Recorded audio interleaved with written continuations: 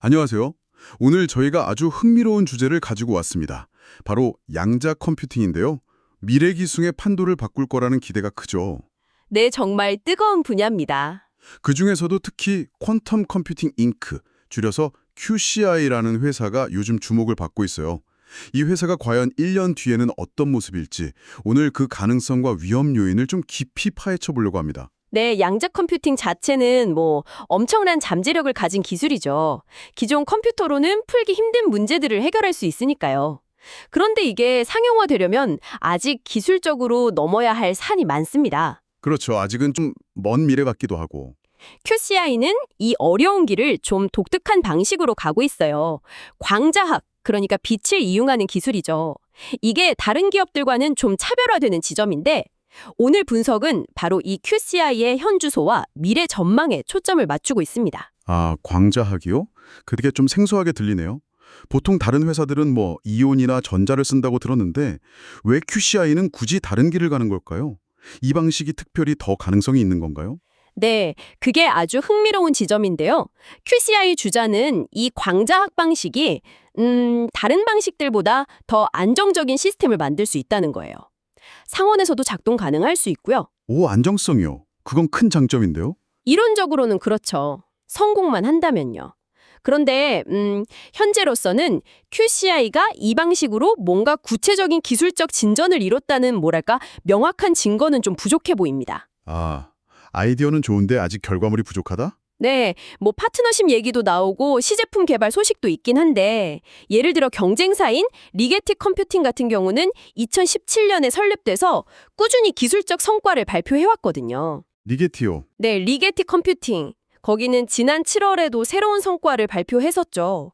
거기에 비하면 QCI는 아직 좀 보여준 게 부족하다는 평가가 나올 수밖에 없어요. 그렇군요. 그런데 이런 첨단 기술 개발에는 사실 돈이 정말 많이 들잖아요. 그렇죠. 막대한 자금이 필요하죠.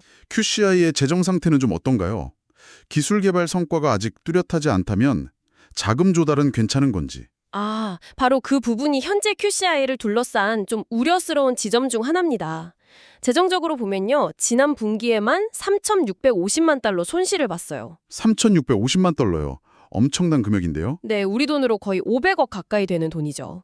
이 손실을 메우려고 회사가 계속 자금을 조달하고 있는데 그 과정에서 지분 희석이 일어나고 있습니다. 지분 희석이라면 기존 주주들 가치가 떨어진다는 거죠. 그렇죠. 새 투자자에게 주식을 계속 발행하니까요. 지난 6월에 2억 달러, 그리고 바로 지난주에 또 5억 달러 규모의 3호 발행을 완료했어요. 이렇게 계속 자금을 쏟아붓는데 가시적인 성과가 더디면 투자자 입장에서는 불안할 수밖에 없죠. 주식 가치가 계속 희석될 위험도 있고요. 기술 개발은 좀 더디고 재정적으로도 계속 자금을 조달해야 하는 상황이다. 그럼 보통 주가는 좀 떨어져야 하는 거 아닌가요? 네, 상식적으로는 그렇죠. 그런데 일부 분석을 보면 단기적으로는 오히려 주가가 오를 수도 있다. 이런 전망도 있더라고요. 이건 또 왜 그런 건가요? 네, 그게 바로 기대와 과대 광고, 영어로는 호펜 하이프라고 하죠. 그런 힘 때문입니다. 그러니까 QCI라는 회사 자체의 기초 체력, 펀더멘털은 약하지만 이 양자 컴퓨팅이라는 테마 자체가 워낙 뜨거우니까요. 아, 테마의 힘이군요. 네. 단기적으로는 주가 상승 모멘텀이 유지될 수 있다는 거죠. 여기에는 두 가지 요인이 크게 작용하는데요. 첫째는 100억관 같은 정부 차원에서 양자 컴퓨팅 기술 확산을 엄청 밀어주고 있다는 점. 둘째는 IBM이나 구글 같은 빅테크 기업들이 이미 양자 컴퓨팅에 막대한 투자를 하고 있다는 점입니다. 이게 시장의 기대감을 계속 부추기는 거죠. 아하. 그러니까 회사 자체 실적보다는 양자 컴퓨팅이라는 거대한 흐름, 그 분위기에 대한 기대감이 주가를 밀어 올릴 수 있다. 이런 얘기군요. 혹시 예전에 전기차 버블 때랑 좀 비슷한 건가요? 네, 정확합니다. 실제로 그런 비유를 많이 하는데요. 전기차 버블 때 보면 퀀텀스케이프나 루시드, 리비안 같은 회사들. 아, 기억납니다. 그때 정말 대단했죠. 네, 실제 매출은 거의 없는데도 차세대 기술이다, 혁신이다 하면서 기업 가치가 수백억, 수천억 달러까지 치솟았잖아요.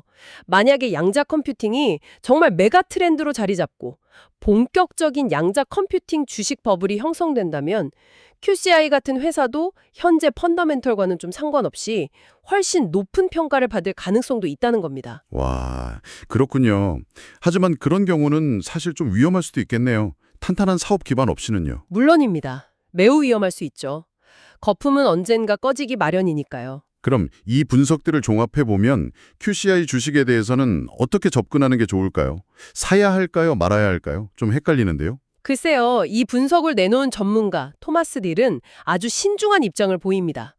단기적으로 주가가 확 빠질 거라고 단정하긴 어렵지만 그렇다고 해서 섣불리 매수하는 걸 추천하지도 않아요. 아, 매수 추천은 아니다. 네, 오히려 이 분석은 약간 주가 하락에 베팅하는 공매도 투자자들한테 경고하는 쪽에 가까워요. 펀더멘털이 약하다고 무조건 주가가 단기에 떨어지는 건 아니다. 기대감과 시장 열기가 주가를 생각보다 훨씬 오래 높게 밀어 올릴 수도 있다 이런 거죠. 공매도 잘못했다간 큰일 날 수 있으니까요. 아, 공매도 투자자에게 보내는 경고군요.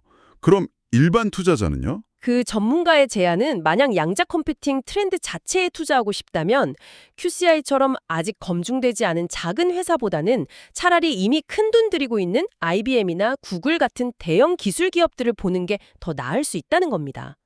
QCI에 대해서는 여전히 입증된 기술적 성과가 부족하고 아직 스스로를 증명하지 못했다. 이런 점에서 좀 회의적인 시각을 보이고 있어요. 그렇군요. 결국 실체가 뒷받침되지 않는 기대감만으로는 위험할 수 있다는 경고로 들리네요. 그래서 이게 다 무슨 의미일까요? 하고 요약해보면 QCI가 광자학이라는 독특한 접근법은 가졌지만 아직 가시적인 성과나 재무적 안정성을 보여주지 못했다는 점.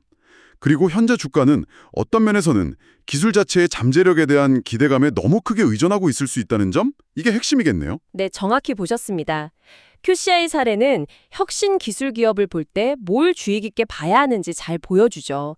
특히 이런 초기 단계 기술은 잠재력은 엄청난데 그걸 현실로 만들고 사업으로 연결하는 과정은 정말 험난하거든요. 그렇죠. 시간도 오래 걸리고 돈도 많이 들고. 네. 그래서 투자자 입장에서는 기술적 가능성뿐만 아니라 회사가 로드맵을 잘 따라가고 있는지 또 그 과정에 필요한 자금은 안정적으로 관리하고 있는지 이런 재무 건전성까지 균형 있게 봐야 합니다.